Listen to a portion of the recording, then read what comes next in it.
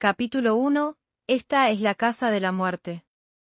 El 1 de diciembre de 1984, estaba a punto de morir en la unidad de cuidados intensivos del Greater Niagara General Hospital en Niagara Falls, Ontario. Tenía insuficiencia cardíaca congestiva y fibrilación auricular que los médicos no pudieron revertir. Como afirmó el cardiólogo unos días después, si mi esposa hubiera tardado 20 minutos más en llevarme al hospital, habría muerto antes de llegar. Me sobrevino de forma inesperada. Mi esposa Hilda y yo estábamos visitando a su madre durante el fin de semana. Nuestro viaje desde el centro de Nueva York había sido agradable y habíamos pasado una velada hermosa con mi madre. Me acosté a las 10 de la noche, me sentía exhausto y dormí cómodamente hasta aproximadamente las 3 de la madrugada, cuando me desperté con el sudor corriéndome por la cara. Aunque me di cuenta de que tenía algunas molestias al respirar, lo atribuí al exceso de calor en el dormitorio. El aire fresco del invierno mejoró inmediatamente mi condición cuando abrí la ventana unos 5 centímetros. Sin embargo, no pude volver a dormir. Seguí dando vueltas en la cama y mi problema respiratorio volvió después de un tiempo. Seguí abriendo más la ventana a medida que se me hacía más difícil respirar, hasta que a las 7 de la mañana la tenía completamente abierta. Después de duchearme, me sentí muy cansado y me di cuenta de que algo no iba bien conmigo. Tuve que hacer acopio de todas mis fuerzas para afeitarme. Caminar hasta el coche me exigía tanto esfuerzo como si estuviera subiendo una colina. En la sala de emergencias, el personal rápidamente me puso una máscara de oxígeno, un tubo intravenoso que goteaba medicamento en mi sistema, y un monitor de diagnóstico para controlar las actividades de mi corazón. Un cardiólogo con la ayuda de varias enfermeras hizo todo lo posible para mantenerme con vida. Al poco tiempo me internaron en la unidad de cuidados intensivos, que ya estaba llena. Como todas las habitaciones acristaladas estaban ocupadas, me asignaron una cama en el área abierta cerca de la estación de enfermeras. Yo ya tenía, por así decirlo, un pie en la tumba, pues mi respiración se había vuelto tan superficial que apenas podía hacer llegar oxígeno a mis pulmones. Ahora creía que iba a morir, y mi convicción se hizo más profunda cuando alguien me preguntó si me gustaría que un ministro viniera a verme.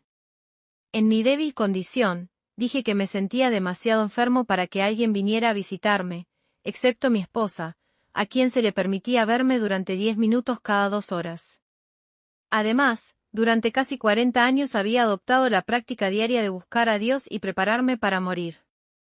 Casi 4 décadas antes, había tenido la experiencia única de que espíritus demoníacos declararan que iría a una tumba prematura porque había decidido aceptar a Cristo Jesús como mi Señor y Salvador y observar el sábado bíblico. Vea mi libro anterior, Un viaje a lo sobrenatural.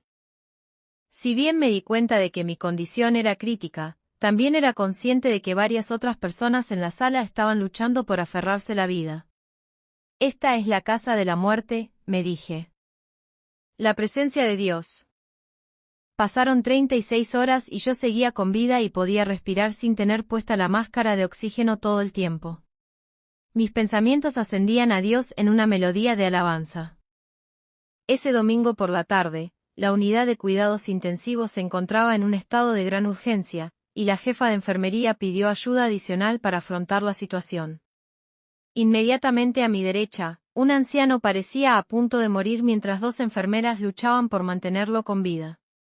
A mi izquierda, un hombre de unos 30 años, que ya había sufrido 3 infartos, afirmó que probablemente estaba viviendo sus últimos días. Las luces destellaban en el puesto de enfermeras con una frecuencia cada vez mayor a medida que la condición de un gran número de pacientes empeoraba. Debido a mi proximidad al puesto, podía escuchar comentarios que indicaban que la condición de algunos pacientes se estaba deteriorando y volviéndose desesperada. Considerando la situación, recordé algo que un espiritista líder había dicho en 1946. Él afirmó que los espíritus demoníacos se deleitan al ver morir a la gente, y en tiempos de guerra celebran. Claramente, estarían planeando una celebración de ese tipo esa misma noche con tantos pacientes en la UCI tan cerca de la muerte. No por mí, sino por los demás, mis pensamientos ascendieron a Dios en oración. Durante 39 años había visto el poder de la oración intercesora traer grandes bendiciones a las vidas de muchas personas. Una práctica que había adoptado al principio de mi vida cristiana era llevar a los enfermos espirituales, aquellos que habían tenido choques frontales con el pecado y se habían convertido en destrozos espirituales y a veces físicos, a lo que me gusta llamar la unidad de cuidados intensivos de Cristo. Los resultados habían sido gratificantes, ya que muchas veces había visto mis oraciones respondidas ante mis ojos. Pensé en mi Señor y Salvador en el lugar santísimo del santuario celestial, ministrando en favor de la humanidad caída. Hebreos 8, 1, 2. Sentí que mi corazón se llenaba de gratitud por todas las muchas bendiciones que tan compasivamente había otorgado a otros en respuesta a mis oraciones. Mi gozo en el Señor era grande al reflexionar sobre la compasión infalible de Dios hacia mí, un ser humano que no lo merecía en absoluto. Ahora pedí que el poderoso poder del Espíritu Santo de Dios rodeara a todos con una atmósfera espiritual de luz y paz, y les devolviera la salud si era su voluntad. Como verá en capítulos posteriores, aprendí por experiencia personal que las oraciones de intercesión son más efectivas cuando me he asegurado de que el pecado no esté separando a los sujetos de mis oraciones de Dios. Comencé mis oraciones en esa unidad de cuidados intensivos agradeciendo a Dios por el privilegio de pedir su ayuda divina para mis compañeros pacientes. Señalando el precio infinito que él había pagado en el Calvario, le pedí que perdonara los pecados de todos. Durante mucho tiempo he estado convencido de que, como cristianos, debemos hacer por los demás lo que ellos no pueden o no quieren hacer por sí mismos, para afrontar el pecado en sus vidas. Jesús nos dio el ejemplo. Al morir en la cruz, pidió al Padre que perdonara los pecados de quienes lo crucificaron, Lucas 11 y 34. No puedo explicar lo que sucede cuando le pedimos a Dios que perdone los pecados de otro, pero he visto las transformaciones que comienzan a ocurrir en su vida. Dios nunca viola el libre albedrío de nadie, pero cuando oramos por alguien más, le permitimos obrar en nuestras vidas con un poder especial. Libera al individuo de las cadenas del pecado para que pueda usar su libertad de elección para elegir el bien. Para animar mi propia experiencia cristiana mientras yacía al borde de la muerte, le pedí a Dios que me permitiera ver su toque sanador obrando en esa UCI.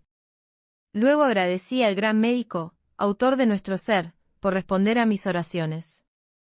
Como había descubierto años antes, los espíritus demoníacos luchan mucho antes de entregar su presa al poder del Espíritu de Dios. Durante unos 15 minutos, un gran número de pacientes experimentaron una angustia cada vez mayor, y las enfermeras corrieron a ayudarlos. Luego, los temores del personal médico se hicieron realidad cuando el corazón del señor Smith dejó de latir. El viper de la enfermería se puso en funcionamiento, intensificando la sensación de urgencia. Inmediatamente, la jefa de enfermería pidió por el sistema de megafonía que todos los médicos del hospital vinieran a ayudar. 3 médicos entraron corriendo en la unidad. Una enfermera que corría recuperó el reanimador que habían dejado en el otro extremo de la habitación. Pasaron unos 10 minutos mientras el personal médico hacía todo lo posible por devolverle la vida, sin éxito. De hecho, uno de ellos, saliendo de la habitación con la cabeza agachada, fue a la enfermería y le dijo a la enfermera que estaba allí: el hombre ha muerto. Inmediatamente, apelé al Señor de la vida en oración, pidiéndole que restaurara al Señor Smith por el poderoso poder del Espíritu de vida, en él, Romanos 8, 2, ese gran poder que levantó a Lázaro de entre los muertos. Apenas había dicho amén cuando el señor Smith recobró el conocimiento y preguntó por qué había tanta gente en su habitación. Dijo que tenía muchísima hambre y preguntó si podía comer algo. Otro de los médicos se acercó a la estación y le dijo a la enfermera que ordenara algo de la cocina, y agregó: nunca había visto algo así en todos mis años. Mis oraciones habían sido respondidas de manera milagrosa, ya que no solo el señor Smith estaba vivo y sintiéndose muy bien, sino que también la paz del cielo ahora bendecía a los presentes en la unidad de cuidados intensivos. Un estado de tranquilidad invadió el lugar. Las enfermeras permanecían tranquilamente en las puertas de las habitaciones acristaladas, mientras sus pacientes se quedaban dormidos en la paz y el confort que antes les negaban. En cuanto a mí, pude sentir la presencia de Dios. Nuevas oportunidades para la vida.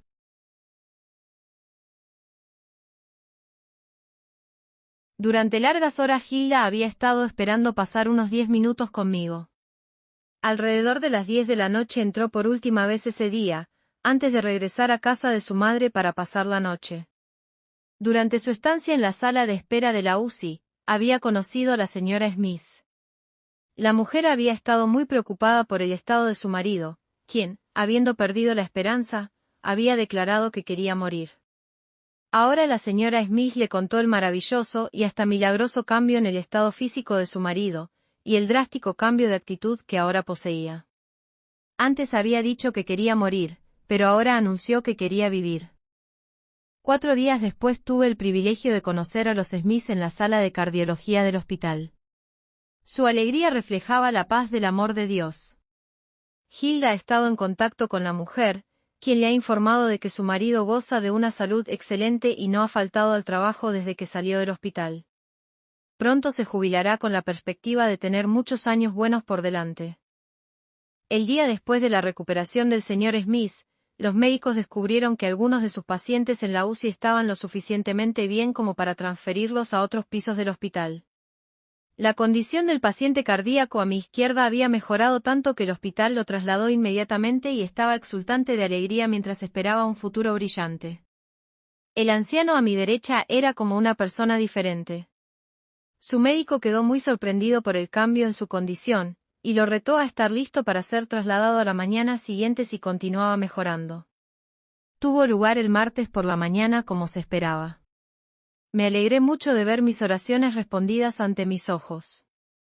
Pero en lo que a mí respecta, las cosas no pintaban bien. De hecho, a las 8 horas de ese martes el cardiólogo, respondiendo a mis preguntas sobre mi estado, indicó que las posibilidades de que saliera con vida de la unidad eran extremadamente escasas. Las pruebas de laboratorio revelaron que un virus había causado un daño irreparable a mi corazón. Con los latidos de mi corazón tan irregulares, simplemente no podría permanecer con vida por mucho tiempo en mi estado actual. El médico sugirió un último tratamiento, detener mi corazón con 50 voltios de electricidad y reiniciarlo con una descarga de 200 voltios. Firmé los papeles necesarios para permitirle continuar. Esa misma tarde, el cardiólogo me informó que el procedimiento no había ayudado. Mi estado empeoró a medida que mis pulmones se llenaban de líquido. Me di cuenta de que no iba a durar mucho más. Esa noche, aunque físicamente me sentía mal, mi mente estaba alerta mientras recordaba casi 6 décadas de vida. Escena tras escena pasaban por mi mente, y mi corazón se llenaba de gratitud hacia Dios al ver el cuidado que Él había ejercido sobre mí, incluso cuando no lo necesitaba para nada. Finalmente, mi memoria regresó a cuando tenía 7 años de edad. Está vivo. Aún está vivo, gritó Edmond, mi hermano mayor, después de apagar la electricidad y saltar por una abertura de remodelación en el piso hacia el sótano de abajo. Me había tropezado con un bloque de madera y caído sobre una correa de máquina de 14 pulgadas de ancho. La correa impulsaba una rueda de 1 metro que obtenía potencia de otra de 9 pies con la ayuda de un tensor de 350 libras que giraba sobre la correa. La gente había escuchado mis gritos de ayuda hasta el segundo piso, incluso por encima del ruido de la maquinaria pesada de la fábrica que mi padre tenía en el este de Canadá. Si un eje de acero de 3 pulgadas no se hubiera desprendido de sus pesados soportes cuando un violento impacto sacudió el edificio, habría perecido instantáneamente. En cambio, la correa se cayó de la rueda más pequeña, lo que a su vez provocó que el tensor se soltara de la correa. Me había caído con el pecho hacia abajo sobre la correa, que me llevó debajo de la rueda más grande, luego hasta la cima, donde quedé atrapado contra una viga del techo. La rueda no aminoró la marcha hasta que alguien la apagó. Me había quitado casi toda la ropa, una chaqueta de invierno gruesa, un jersey, una camisa de franela y ropa interior gruesa. Mi brazo izquierdo colgaba a lo largo del costado de la rueda, y la fricción había desgastado la parte superior de mi mano y los dedos hasta los huesos. Durante un tiempo, el médico pensó que tendría que amputarme, pero yo tenía padres que oraban y conocían por experiencia el poder de la oración en Cristo, y todo salió bien. Se necesitaron 3 días para reparar los daños causados a la maquinaria. Según los mecánicos que trabajaron para ponerla en funcionamiento, una fuerza sobrenatural debió haber causado el daño. Dijeron que el peso del tensor por sí solo habría aplastado todos los huesos de mi cuerpo, y la maquinaria no habría disminuido su velocidad ni un ápice, mucho menos habría hecho que ese pesado eje de acero se saliera de su lugar. Calcularon que la fuerza que la soltó de un tirón tenía que ser equivalente al impacto de un objeto de 1 tonelada. Oh, que alaben al Señor por su bondad y por sus maravillas para con los hijos de los hombres. Salmo 107, 8. Sin embargo, mientras pensaba en mi pasado, recordé a los 12 años lo amargado que me sentí hacia Dios cuando bajaron a mi madre a su tumba. En mi dolor, no podía adaptarme a la idea de que un buen Dios permitiría que el sufrimiento de la humanidad siguiera y siguiera, y no haría nada para ponerle fin. Perdí la fe en Él y en lo sobrenatural.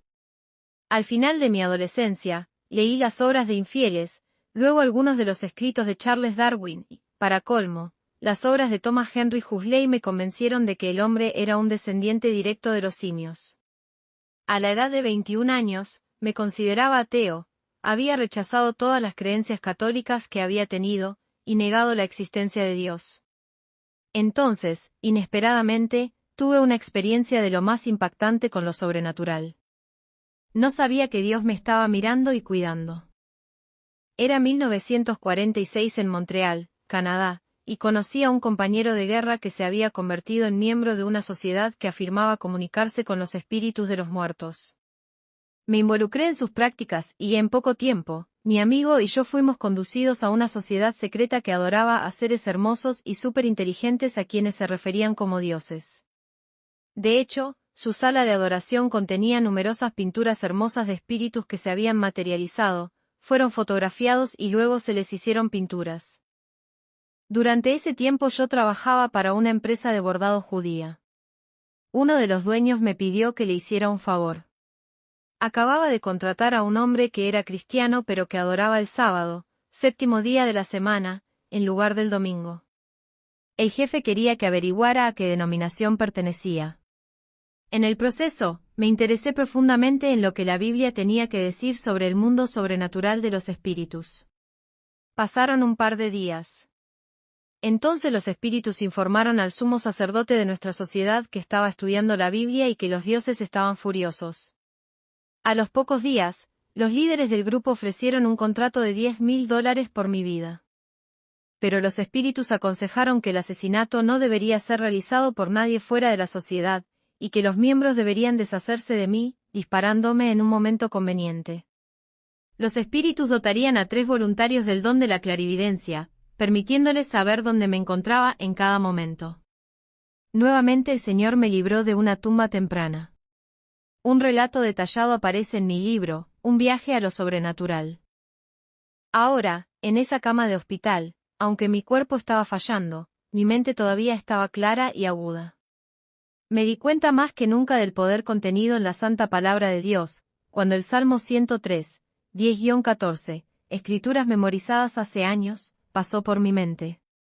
No nos ha tratado según nuestros pecados, ni nos ha recompensado según nuestras iniquidades. Porque como es alto el cielo sobre la tierra, así grande es su misericordia para con los que le temen. Cuanto está lejos el oriente del occidente, así alejó de nosotros nuestras transgresiones. Como un padre se compadece de sus hijos, así se compadece el Señor de los que le temen. Porque Él conoce nuestra condición, se acuerda de que somos polvo. La esperanza, el aliento y la fe brotaron de mi corazón. Con alegría, recordé ese brillante y soleado día de reposo de abril de 1947, cuando me bauticé y me uní a la Iglesia Adventista del Séptimo Día en Montreal, Canadá. En el otoño de ese año, el Señor enriqueció mucho mi vida, cuando el 20 de septiembre Gilda y yo nos unimos en matrimonio.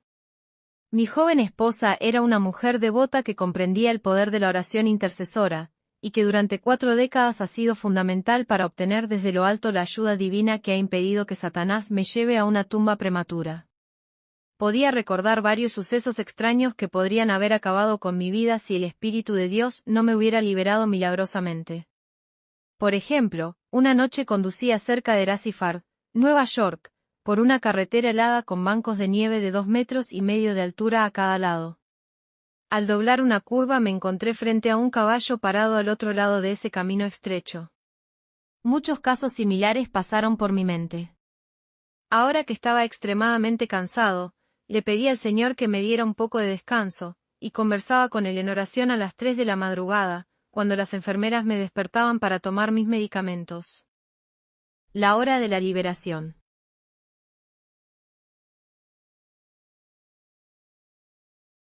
Desde 1946, cuando tuve ese encuentro único con espíritus demoníacos, había experimentado momentos de miedo al pensar en el futuro. Entonces el Espíritu de Dios me bendeciría guiándome a leer 2 porciones de la Escritura, Apocalipsis 12 y 11, y le vencieron por la sangre del Cordero, y Romanos 8, 38-39, estoy seguro de que ni la muerte, ni la vida, ni ángeles, ni principados, ni potestades, ni lo presente, ni lo porvenir, ni lo alto, ni lo profundo, ni ninguna otra criatura podrá separarnos del amor de Dios, que está en Cristo Jesús nuestro Señor. De esa manera aprendí a fortalecerme en los méritos de la sangre sacrificial de Cristo. Además, hice parte de mis devocionales matutinos repasar los eventos de ese sacrificio leyendo Mateo 27, 24-54. Tales prácticas han eliminado todo temor al destructor, y han servido para rodearme de una atmósfera espiritual de luz y paz.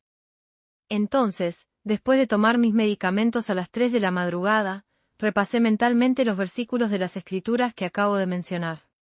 Presenté ante mi gran sumo sacerdote en el lugar santísimo del santuario celestial, mis necesidades personales, diciéndole que, si mi peregrinaje por esta tierra del enemigo estaba llegando a su fin, me parecía bien, ya que lo común de la humanidad es ir a la tumba tarde o temprano.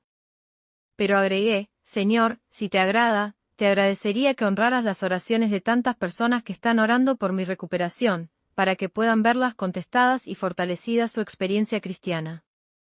Si es así, entonces bendice mi corazón dañado con el poder del Espíritu de vida en ti, ese gran poder que resucitó a Lázaro de entre los muertos, e imparte fuerza y energía suficientes para afrontar las necesidades y exigencias de este día.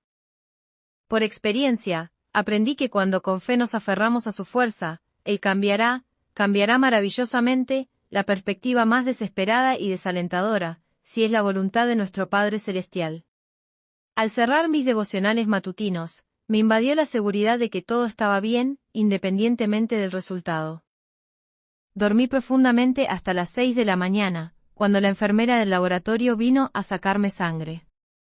A las 7:30, el cardiólogo se acercó a mi cama con una sonrisa en su rostro que me hizo entender que su preocupación por mi condición había disminuido. Comenzó diciendo que las cosas estaban mejorando y que se había producido un gran cambio para mejor, algo que apenas podía creer. Señalando el monitor cardíaco, dijo, la última vez que te vi, el monitor indicaba que tu corazón latía entre 145 y 185 veces por minuto. Ahora está en los 80. Si tu condición se mantiene así hasta las 3 de la tarde, haré que te transfieran a la unidad cardíaca del hospital. A las 3 de la tarde, mi mejoría se mantenía, y un asistente me llevó en silla de ruedas a una hermosa habitación donde el sol brillaba intensamente. De repente, me di cuenta de que mi disfrute de la vida había aumentado como nunca. Incluso la nieve sucia de la ciudad despertó en mí un nuevo sentido de apreciación, mientras observaba a los pequeños gorriones saltar sobre ella. El Señor me había visto a través del valle de sombra de muerte, y había alcanzado nuevas alturas de comprensión sobre el poder de la oración intercesora. Y aunque casi había atravesado el portal de la tumba, ahora valoré la experiencia, al darme cuenta de que el Señor de la Gloria había estado a mi lado a través de la presencia de su Espíritu de una manera que nunca antes había conocido. Casi una semana antes de la hora en que me ingresaron en la sala de emergencias, salí del hospital por mis propios medios. Puede que esos pies no se movieran muy rápido, pero me llevaron de nuevo al mundo exterior, y eso fue maravilloso.